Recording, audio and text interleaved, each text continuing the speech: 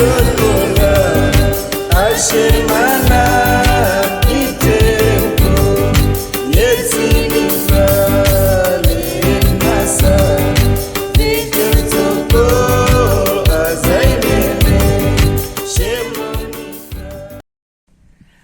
everyone, this week's parasha is Parashat Tetzavah.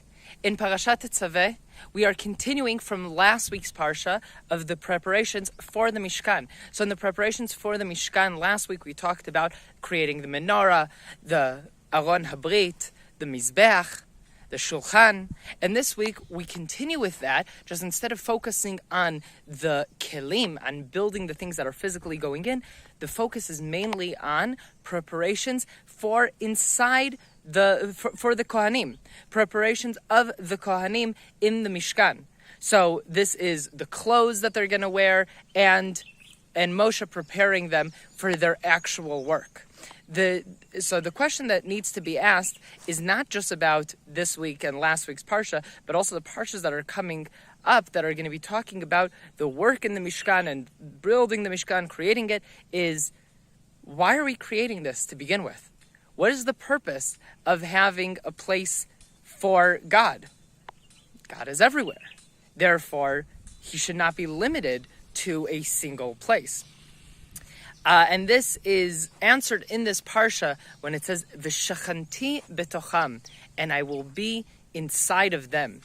God is asking, create a place for me, but I'm not going to be limited to this house that you're creating. I'm not limited to these cloths of the Mishkan, or later on, the building of the Mikdash, of the temple, but rather build something for me to represent. So when today we have the modern day, we have the Bet Knesset, the synagogue, that's exactly what it is. It's a place for us to say, this is our representation of a place for God, and where we focus a lot of our religious energy goes in to the synagogue. There's a great Hasidic story of Rav Levi Yitzchak from Berdichev, that when he was a kid, he was asked, they said, Levi Yitzchak, I will give you a coin if you can tell me where God is. And he responded and he said, I will give you 2 gold coins if you will tell me where God is not. And it's a great Hasidic approach of understanding God is everywhere. He's in everything, he's in every place, so we don't limit him.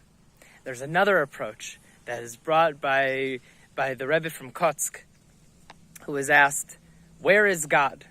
And he said, God is wherever they open a door for him to be.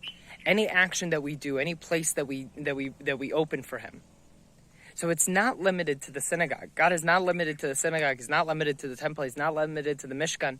But as you remember from the beginning of Corona, when suddenly we weren't able to go to the synagogue, there's a void that's missing. It's very hard to suddenly feel like I don't have that place of where am I talking with God, and remembering that God is also in our house, but having that place where we go and we say, right now I'm focusing all of my energy just on my Judaism, just on my connection with God, and not have that as a place, because the whole day, imagine needing the whole day to worry about it, is very, very, very difficult. So we say, your whole life, you should live as a Jew, you should work as a Jew, you should have your Jewish ideals and live them. But because our energy is limited, our focus is limited, we say, okay, at least in this place, at least in the synagogue, at least in the temple, at least in the Mishkan, remember, this is God's home. Shabbat Shalom.